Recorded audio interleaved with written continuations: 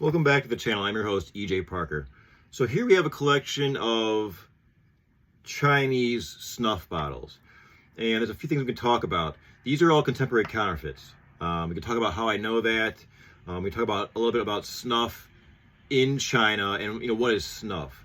That was a term as a bottle collector my whole life. I would hear that term snuff and I didn't know what the hell it meant. You know what I mean? I knew it was something about tobacco, but I didn't know what it was. So we can talk about that briefly, and then about these, basically counterfeit Chinese antiques.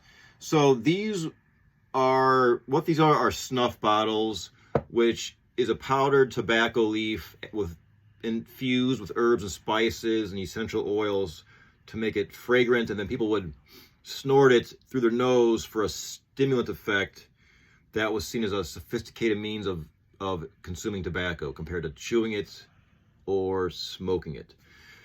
So the practice started in the Americas in like the it started in the Americas and it moved to Europe like in the 16th and 17th centuries, and missionaries brought it to China during the Qing dynasty. Qing dynasty is 1644 to 1912. It's the last dynasty in China.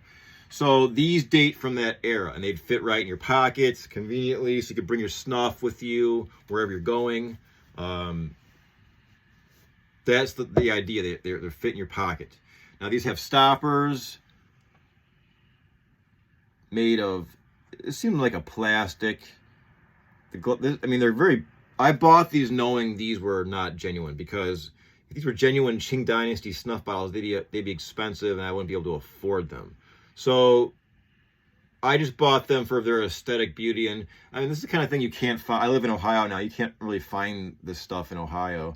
So just as, samples of counterfeits and just type bottles of, Qing Dynasty era snuff bottles are cool to have. And they look cool. And they're kind of like souvenirs from my time in China, which was really fun. So this one is my star, I guess. I got this on Dong Tai Lu, which is a famous antique street in Shanghai, China, which has since closed, and I cried. I stood there holding back tears watching bulldozers tear down this historic street, which was there for, God knows how long. Like street peddlers selling antiques. You can go inside shops. It was just so awesome just to roam it, on like a humid Shanghai, night. Oh man, so much fun. Or evening. So I got this there. It's a cicada bottle. This inspired me to write a song. Bottles somehow inspire me to do a lot of stuff. Maybe I don't know why, maybe my soul's trapped in this bottle. If it is, I better put a cork in it. But the cork is missing, so my soul can escape, obviously. It's a thick glass. It's got a purple hue. It's gorgeous. If there's any one of these 4 bottles that may have a chance of being old, it may be this one. I just love it as an object and as a memento of that, discovery of an antique street. I was trying to get lost in Shanghai, city of 20 million, just riding my motorbike into the unknown, and I discovered an antique street. And this is my memento. But this one may be real. I don't see enough wear, though. I think it's a contemporary counterfeit. But I didn't pay more than, I think, $20 for any of these. I think I probably got these 3 as a set for $15, and this one may have cost me $15 on its own. But I love this bottle. So snuff was popular in China. The practice died out towards the end of the Qing Dynasty. These are thick glass. Now let's talk about how we know these are counterfeit. If I didn't know, let's say I bought these in the USA, how would I know these are counterfeit? A very good clue is the foot of the base.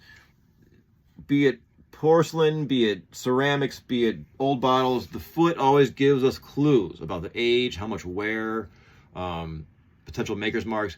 Now this one is a counterfeit. How do I know? I don't think it's going to pick up on this in this lighting, unfortunately.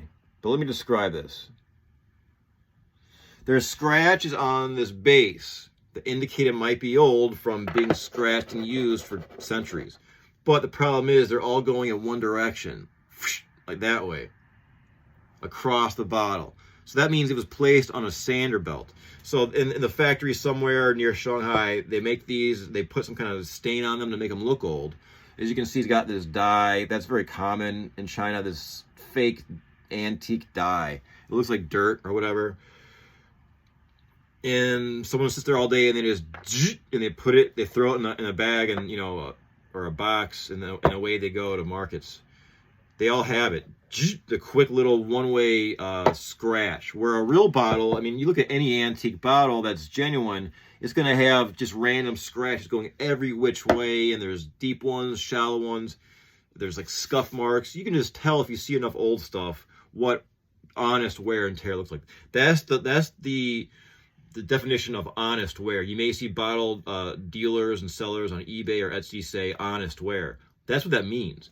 This is dishonest wear. This is dishonest wear. It's fake wear, meant to look old, but it goes one direction. An honest wear bottle is going to go in multiple directions because it's honest, right? So that's a little look at some, I wish they were genuine, but these are contemporary counterfeits of Qing Dynasty era Chinese snuff bottles. And as always, thanks for checking in.